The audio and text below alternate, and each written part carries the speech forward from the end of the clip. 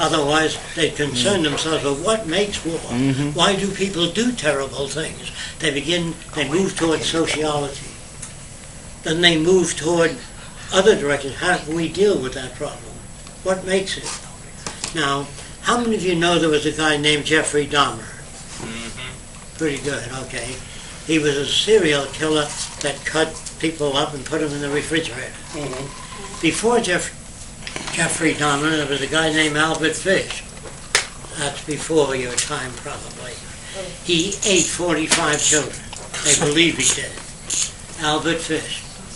And one psychiatrist named Wortham was an amazing guy. He said, don't kill him.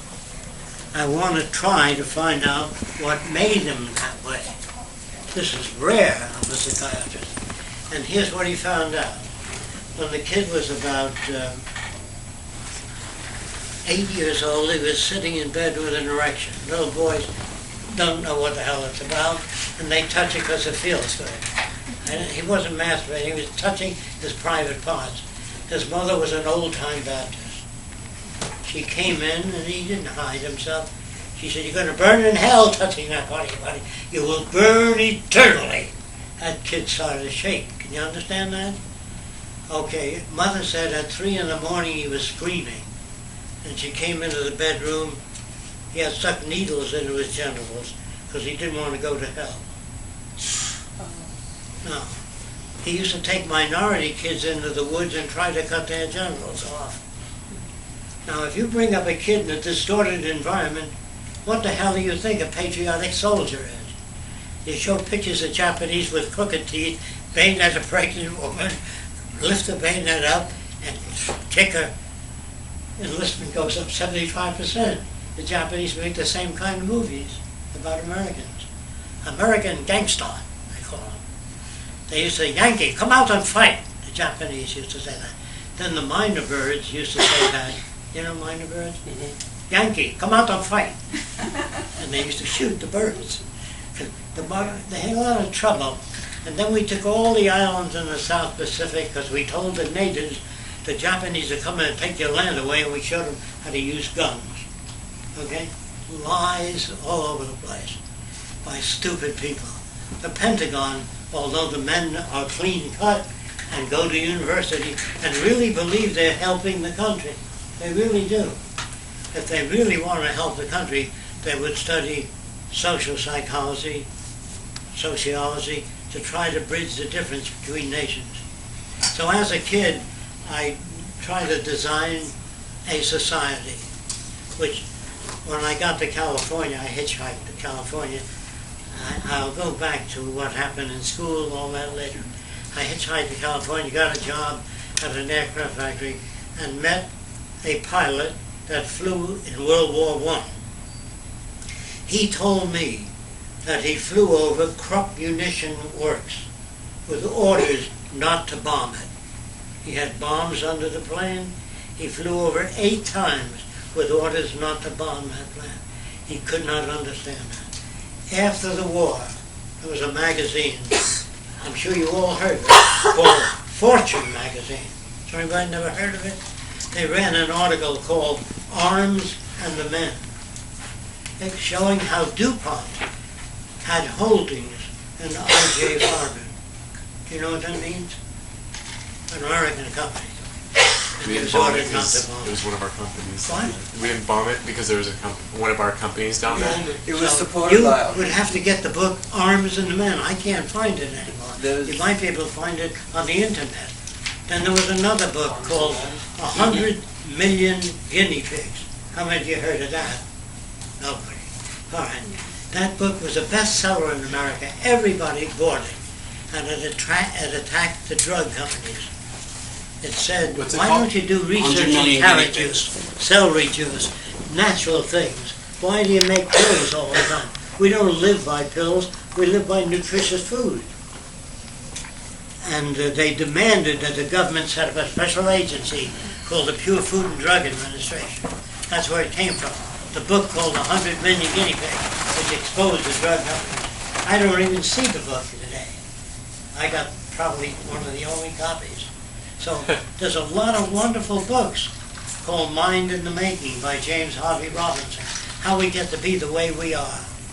The goddamn Jews, the goddamn Wops, the goddamn Frenchmen. Get some dumb Polak to clean out your cellar. The division of the races. You divide and conquer. Women's rights. There shouldn't be women's rights.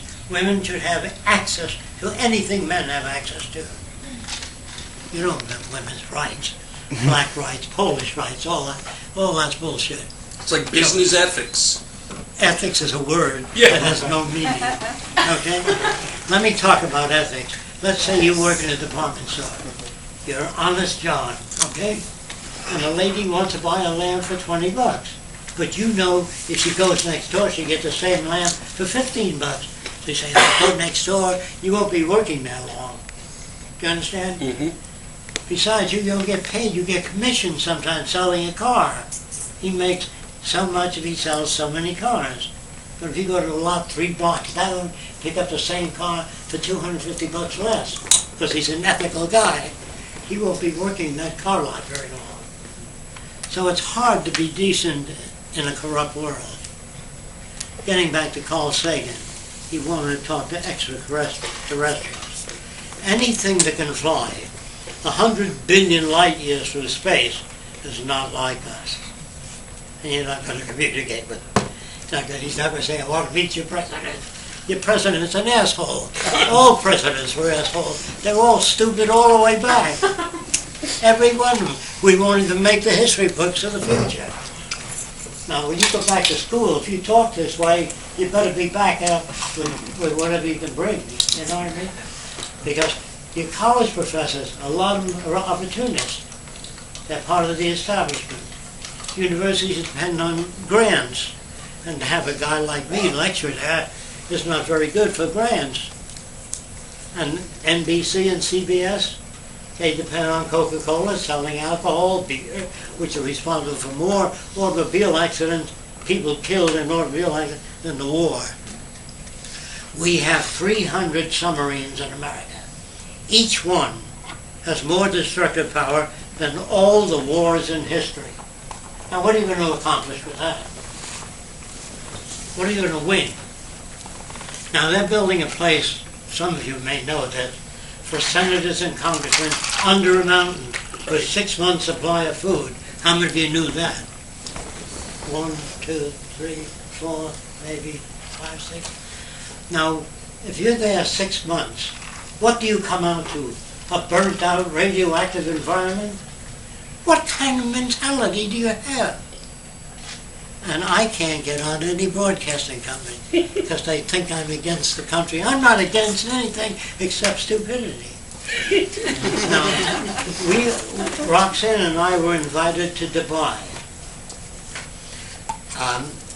They sent us an email saying, Jock, we'd like you to design a new city, a theme park, and a new university. So I went there. And when I got there, they said, what do you think of our city? I said, what's it for? They wanted me to design the tallest building in the world when I got there. I said, what for? They said, we want to be better than the United States. Now, it's operated by pinheads and businessmen. So they built a big desalination plant. And they flew me over it, and Roxanne, and they took us, that 40-foot limousine took us all over, and they had this big desalination plant. I said, what do you do with the water? They said, we build a water park, theme park, where people slide down. It's a desert country. There's no water for food. You think they build a hydroponics garden, you know what I mean? Some way to grow food. The prince was an asshole. And the guys that worked for the prince were also jerks. They were very backward. So I said, your system depends on tourists. And in another 6 months or so, the system's going to collapse due to the fact you're not going to have many tourists.